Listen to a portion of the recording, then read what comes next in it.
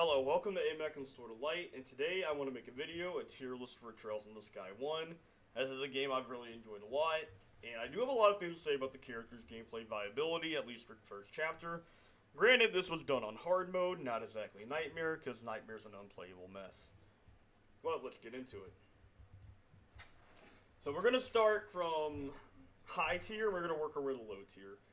So let's start with the high tiers, the S tiers and the A tiers. Olivier, I'm going to put him in the S tier. Incredible art cast, incredible casting, some ways you can set him up, cast 2 to reduce cast time, and also AoE spells are very powerful, especially when combined with a certain party member. I definitely rate Olivier on your in-game team for the finale. Another thing he can do well is also heal if you need be, so he's good at that, but there's a much better healer we're going to be adding. But let's get into the next S tier, in my opinion. Zen is great, especially on higher difficulties. Having the craft taunt and damage mitigation is very helpful. And then you can give them stuff like Earthy and Wall to support the whole party and keep them from getting attacked. Or you can use Earth Guard on just him, draw on the enemy. You get one free. It stops one attack.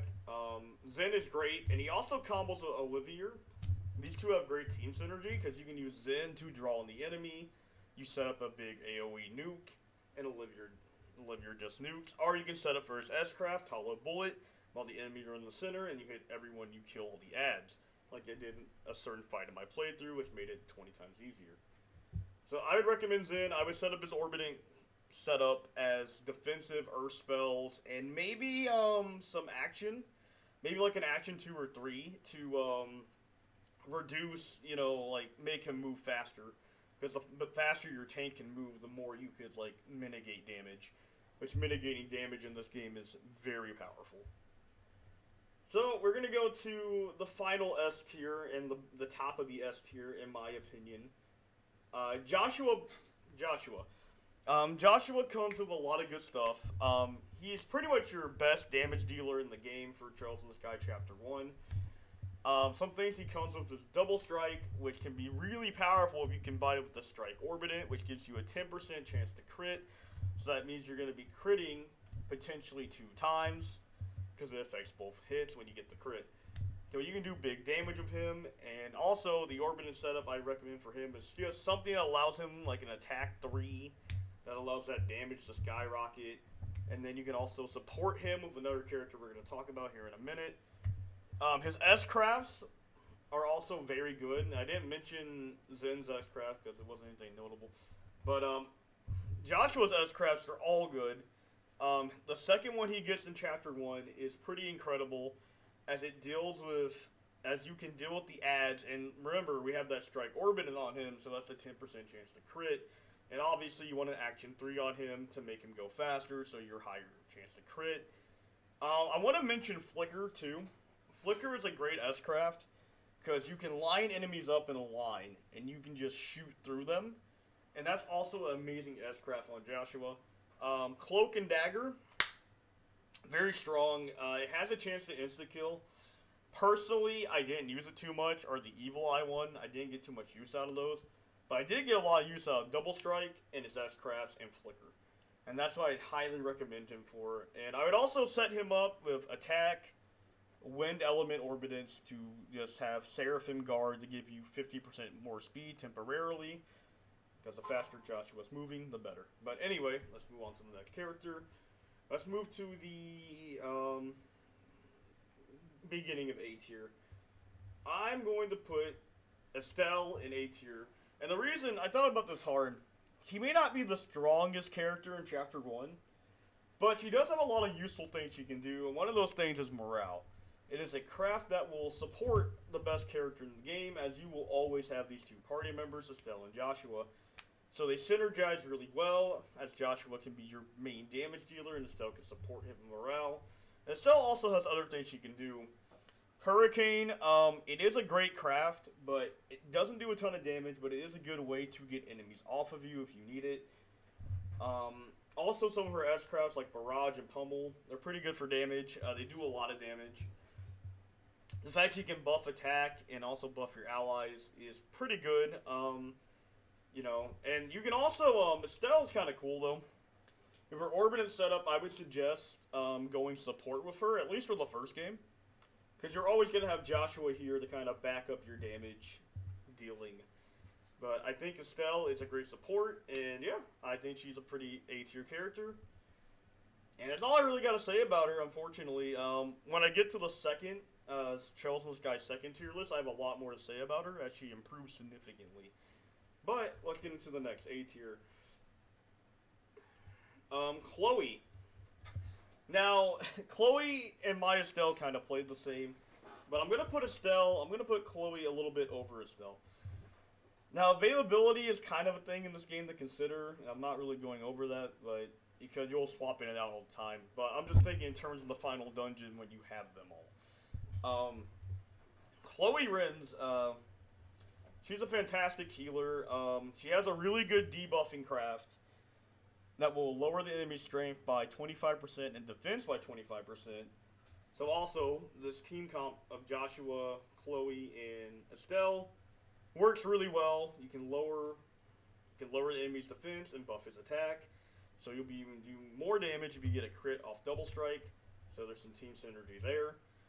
Chloe comes with a lot of healing arts, and she also, when you pick her back up, when you get her back in the end game, she comes with like some really good white arts.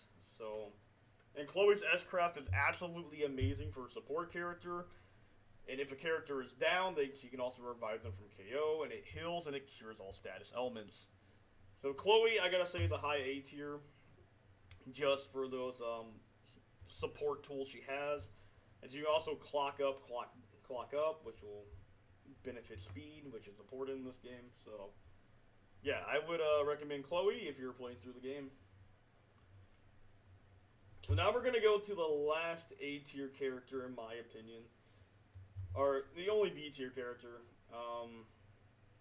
So it pains me to do this, but Agate, sorry if I butchered his name. He is my personal favorite in second, because he is really good. But I think the issue here is mainly like availability, kinda. And when you have Joshua, who kind of does what Agate does, but a lot faster. But I do think Agate's good for a few things. That's why he's in the B tier. You know what? I'll put him bottom of A. He tends to do very well against enemies that you need big damage on. He has some excellent S-Crafts like Flame Smash, which is AoE. I think you also get Flame Smash 2 in the first chapter. I might be wrong, but he does get Flame Smash. He also gets the Edge thing that can Art Cancel Implode, so you can stop an enemy from casting a powerful spell, which is very helpful. And Estelle also has something like that, but we don't really use that much on Estelle. I would say Agate is the bottom. Agate's the bottom A tier. Mainly given, you know, like I said, Joshua's just an overall better damage dealer. But yeah, Agate, you can't go wrong with him. I used him in my final game team. He has a really good damage. Only problem, a little bit of a speed issue. But yeah, I would say bottom of A tier. And he also benefits from Estelle buffs too.